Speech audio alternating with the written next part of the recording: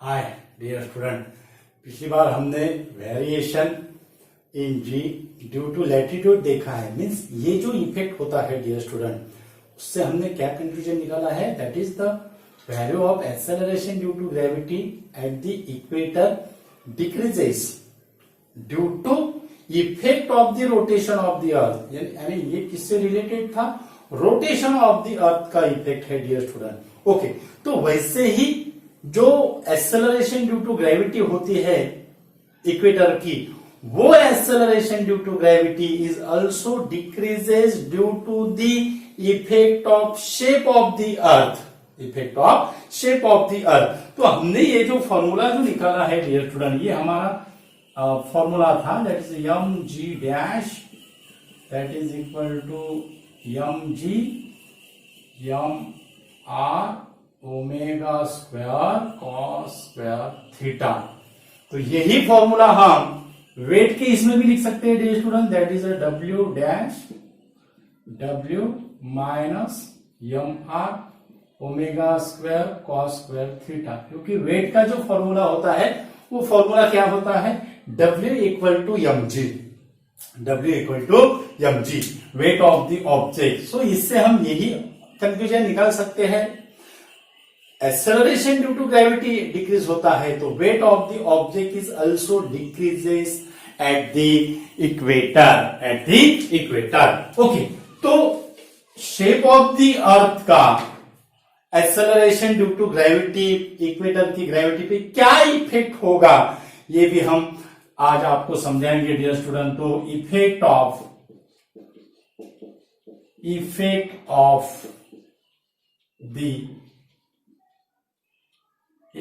of the shape of the earth,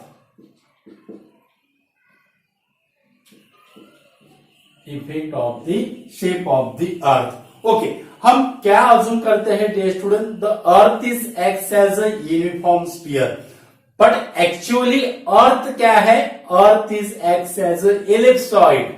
ellipsoid means उसका जो ऐसा शेप होता है dear student, earth is acts as a ellipsoid. Ellipsoid means it is bulge eight the equator, it is bulge at the equator, bulge at the equator। तो ये ऐसा होगा, वो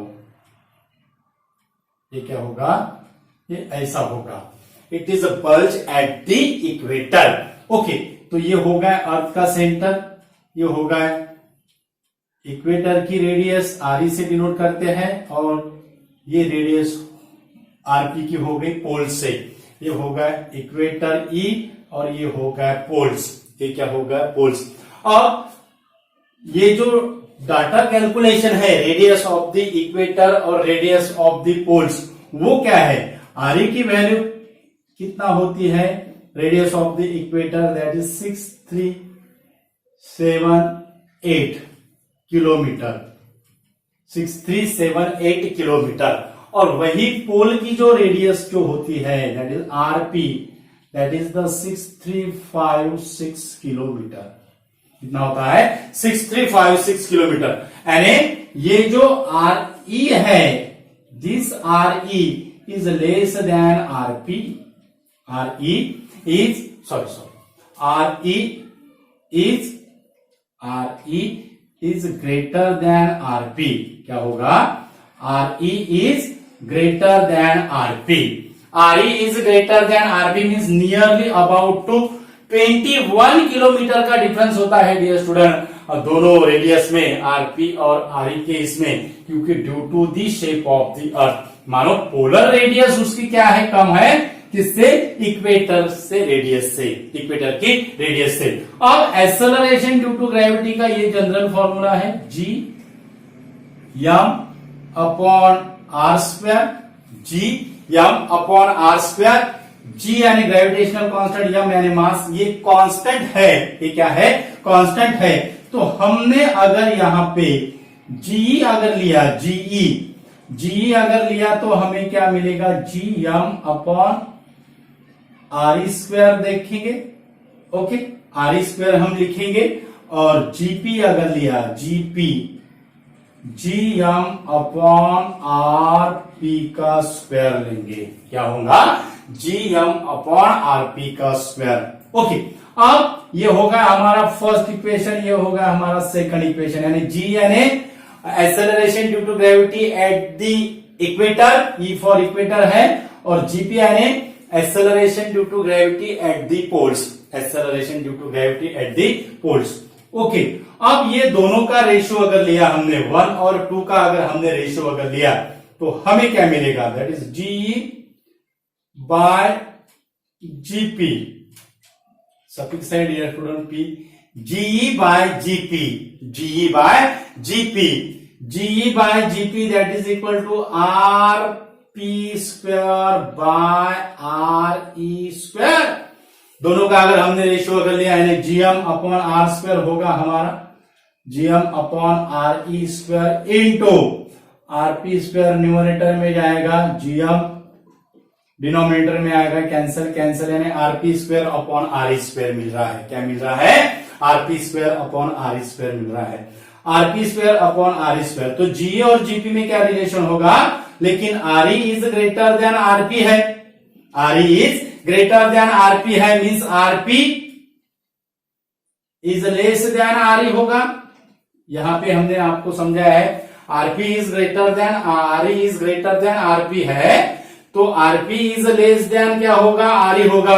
अब G का और इसका रिलेशन अब कैसा है? इनवर्सली प्रोपोर्शनल है, means GE is less then GP, GE is less than GP. GE is less than GP means acceleration due to gravity at the equator is less than the acceleration due to gravity at the poles. Acceleration due to gravity at the poles.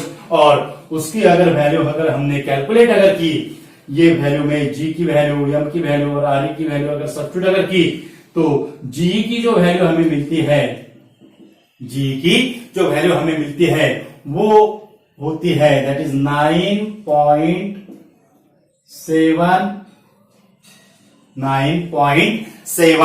Metre पर second square, 1 digit हम ले रहे हैं, 9.7 metre पर second square, और GP की जो value है वो होती है 9.8 मीटर पर सेकंड स्क्वायर, 9.8। और भी है डियर स्टूडेंट यहाँ पे डिजिट, लेकिन हम 1 डिजिट कंसीडर कर रहे हैं, तो 1 डिजिट से भी आपको समझ में आ रहा है कि जो एक्सेलरेशन ड्यू टू ग्रेविटी है at the equator it is decreases then the poles. तो उससे भी हम यही कंक्लूजन निकालते हैं, जो एक्सेलरेशन ड्यू टू ग्रेविटी होता है इक्वेटर पे, it is decreases means it is maximum at the poles and minimum at the equator, means effect of the rotation of the earth and effect of the shape of the earth, ये दोनों combine effect से जो acceleration due to gravity है equator पे, वो क्या होती है डियर स्टूडेंट? मिनिमम होती है।